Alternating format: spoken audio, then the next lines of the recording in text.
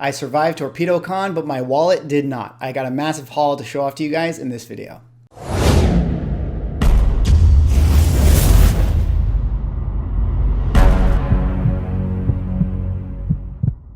Ladies and gentlemen, welcome back to another video with Swaggle. And in this video, I got a massive comic book haul to show off to you guys. I just got back from Torpedo Con. It was absolutely epic, a great experience. Got to meet a lot of people, got to see some amazing books. And in this video, I'm going to show off most of the books that I picked up over the course of the weekend. But before I get into the video, if you guys could drop me a like or a comment or subscribe if you're enjoying the content, help support the channel, do one of those things, and I would appreciate it. All right, that said, I did happen to take a lot of footage of the event, so I'm going to kick it over to a little bit of a montage so you guys can get a little feel of what it was like to be there. And then after the montage, I'll show off the books that I picked up. But without further ado, here was Torpedo Con. All right, we're walking up. Let's get it done. Let's see what kind of books we got in there. This is exciting.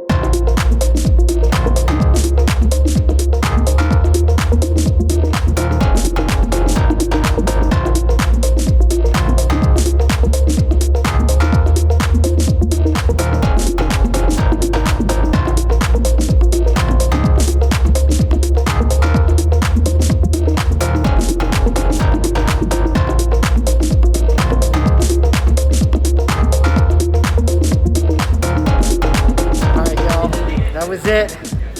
The end of day 3. There you see right there, Torpedo Collectors Con. End of the show. Got a lot of great books. Can't wait to show you guys. So let's go back home and see how I did. Well, I hope you guys enjoyed that and that it looked fun. I know I had a ton of fun being at the event. Honestly, some of the best vendors in the country were there. Some of the most amazing books. There were a lot of stuff that was, definitely being charged a premium at the event, but there were a lot of good deals. Certainly the books that I picked up, I felt like were good deals. And a little bit of a caveat here, I actually picked up 2 massive books that I'm very, very excited to have now in my collection, but I'm not going to show them off in this video here today. I'm going to show them off in a video tomorrow, and then also probably on Thursday. So I'm actually going to break them up because I'm going to frame the conversation around the books to another topic within comic books. And, I don't know, we can have more content with it. But I do still have a lot of great keys that I want to show off in this video with you guys here today. So let's get it started off and go through some of the books. But the first one I got to show off here is, one that was given to me by Comic Tom. Of course, I'm sure you guys know who Comic Tom is. This is Teenage Mutant Ninja Turtles number 110. Beautiful variant cover art by Peach Momoko. It is the Comic Tom exclusive. You might have seen him in the montage there. I had a chance to meet Comic Tom. He's an awesome guy. He was super, super nice. We had a great conversation. He was, very, very supportive of the channel. So it was really nice to hear him, say such positive things, and got to talk to a lot of other people. I mean, there were so many great people who, watch the channel, and I couldn't believe that, people were like, hey, Swaggle House, what's up, man? It was really, really bizarre, but also very, very cool because I got to connect with a lot of people. But Comic Tom, super, super cool. He gave me this Teenage Mutant Ninja Turtles Peach Momoko exclusive cover, and that's awesome. I mean, I actually didn't own any Peach Momoko art. I know that sounds crazy to you guys. So this is actually my first one, so super happy to have that. Maybe I'll show up at another con someday where Peach Momoko's there and I will get this one signed, because I definitely had a interesting experience getting some books signed, which also, I forgot to mention, I will also have a video talking about getting books signed, but I will save that story for another video. Definitely something that is super, super crazy that happened, but turned out really awesome. But this video here is to show off the keys that I picked up. I'm going to start with some of the big books that I got, which I think are really cool. Then we'll kind of go into like, you know, some smaller things. And then at the end of the haul, I will show off, of course, some Avengers books that I picked up. And as you guys know, I'm trying to do my Avengers Square run. But the first one I have here is a very cool one. This is Fantastic Four, number 33. First appearance of Atuma. This is a book that has gotten absolutely to the moon recently because of all the rumors that, you know, we're going to get Namor in the MCU in some kind of way, and that Atuma is going to play a role in that. A lot of people speculating that we might see this pairing in the Black Panther 2 film. And this is a book that I actually ended up finding for $30. It's definitely a low grade copy, you know, probably a 3 or a 4 or something like that. But for $30, I mean, I thought that was so worth it, because, you know, I look at some of those eBay prices and this thing is like, you know, pushing that $200, $300 range right now. So definitely a steal in my opinion. This was a book that I've actually come across one other time before, and I saw it for $60 at that time, but this was before all the rumors had been going out. So I decided to pass on it. But this one right here, $30, had to pick it up. And I think I'm probably going to hold on to this for a little while, at least until you know, we start to see you know, maybe a Atuma pop up in a trailer of some kind. All right, next book I got here is actually Tales to Astonish, number 63. And what is the significance of this? Well, you guys, I'm sure, know this is the first full appearance of a character known as the Leader. Of course, the Leader has been speculated right now that they're going to make an appearance in the She-Hulk show. I've gotten a few copies of this, and I happen to find another copy for $40. Definitely another good price, in my opinion, being that, you know, again, when I'm always looking at the prices that I can get in person, I'm always comparing them to what is the going rate on eBay right now. And this is one that I always see being charged around like $150, $160. Of course, they've already laid the foundation to have Tim Blake Nelson play the Leader all the way back in the Edward Norton version of the Hulk movie in 2008. And it looks like we might start to see them kind of follow up on some of those storylines in the She-Hulk show. I mean, certainly we know that we're getting Abomination back. And I always talk about Earth's Mightiest Heroes, and Abomination is always like one of the big henchmen working for the Leader. So I feel like, you know, maybe the Leader is going to show up and be like the main surprise villain in the She-Hulk show. So for that reason, this book right here, TTA number 63, definitely worth picking up and worth stacking, in my opinion, because I have now a few copies of them myself. All right. Speaking of Tales to Astonish, I also got another Tales to Astonish book here. This one is Tales to Astonish number 70. And what is the significance of this? Well, this is the first sort of solo ongoing story for Submariner here. This is also the first appearance of Neptune. Of course, Neptune, you know, in mythical lore, of course, is an important character. He is also an important character as it relates to Namor being an underwater character. But this one's a very cool book. I found this one, again, for $40. Another one that is definitely heated up coming off the heels of all the Submariner rumors. So, you know, a lot of this stuff is stuff that I'm getting kind of based in speculation, and one that I will probably, I haven't decided what I'm going to do with these yet. I'm probably going to hold on to them. Maybe I'll move them when we get, you know, more confirmed rumors of Submariner being maybe in Black Panther or whatever, but a cool book regardless. All right, this next book here I got, you probably saw it in the montage. I happened to pick this one up from A1 Comics. Shout out to Wes and the guys over at A1 Comics. They were there doing their thing. Great vendor. Love talking to those guys. Super, super cool. And they happen to have a copy of Thor 134, first appearance of the High Evolutionary. And this is one that I always enjoy picking up every time I feel like I can see it at a good deal. They had this one being charged for $75. I felt like that was a really fair price. I see this right now on eBay going around that $120, $140, $150 range. And this one is a cool one because I happen to have another copy already, but this one is slightly better grade than the one I already have. So I might move my old one to pay for this one right here, or I might hold on to it because High Evolutionary, a character that has been talked about as maybe showing up in the Guardians of the Galaxy movie. That's been the big rumor for a long time. Of course, High Evolutionary, within context to Marvel comic books, is the guy who turned the him character into the Adam Warlock character.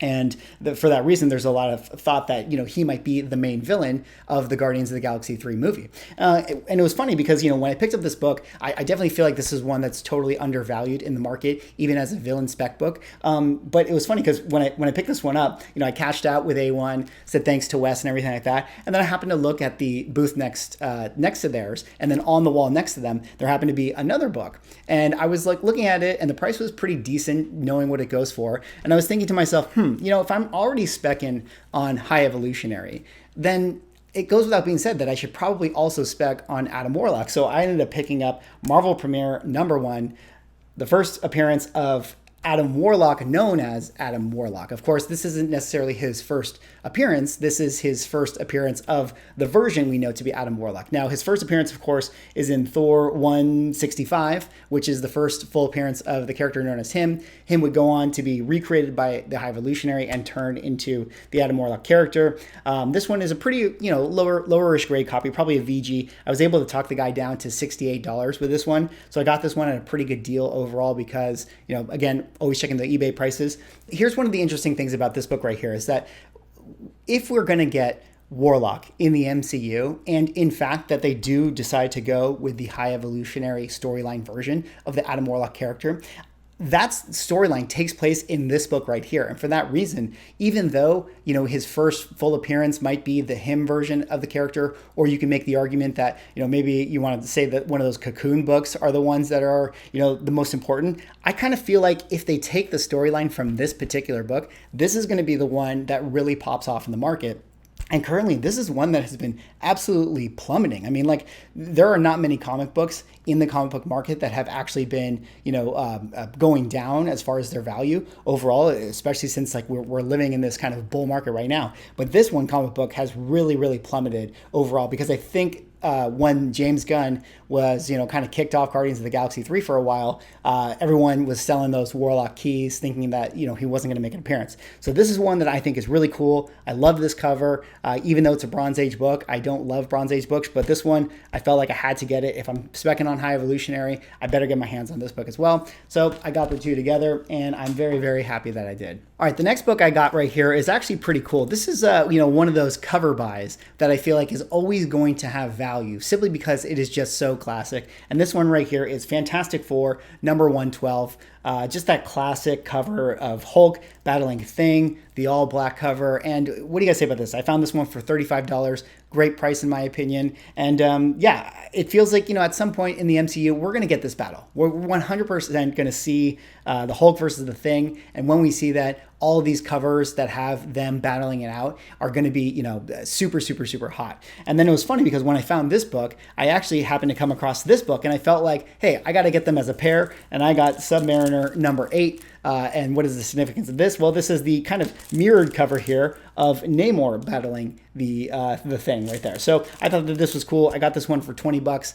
Thought that was a good deal. And now I have these two books together. Not sure what I want to do with them. I mean, I'll probably hold on to them, or I might wait on it a little bit and, eventually move them if, we get Submariner or Thing, Fantastic Four, and we start to get some of these battles. Maybe I'll sell them at that time. All right, now we're getting to some of the, cheaper books that I ended up picking up for myself. This one right here is an interesting one. I will reference this later on when I tell you guys my signing story. But I ended up picking up Daredevil 181. Now, I probably overpaid for this book. I think I had to spend $40 to get this, which is totally not worth it considering, you can find this book on eBay for 15 or 20. But one of the reasons I picked it up was I kind of panic bought it because I essentially got a free Frank Miller signing. And incidentally, I didn't have enough books to get signed. So I was I was in a scramble. I was I got to find some Frank Miller books. So I ended up buying this one for myself. But funny enough, I then found another Frank Miller book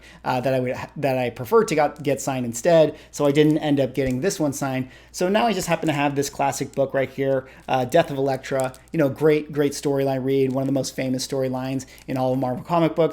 Never actually owned this book, so hey, it's not a terrible book to have in your collection.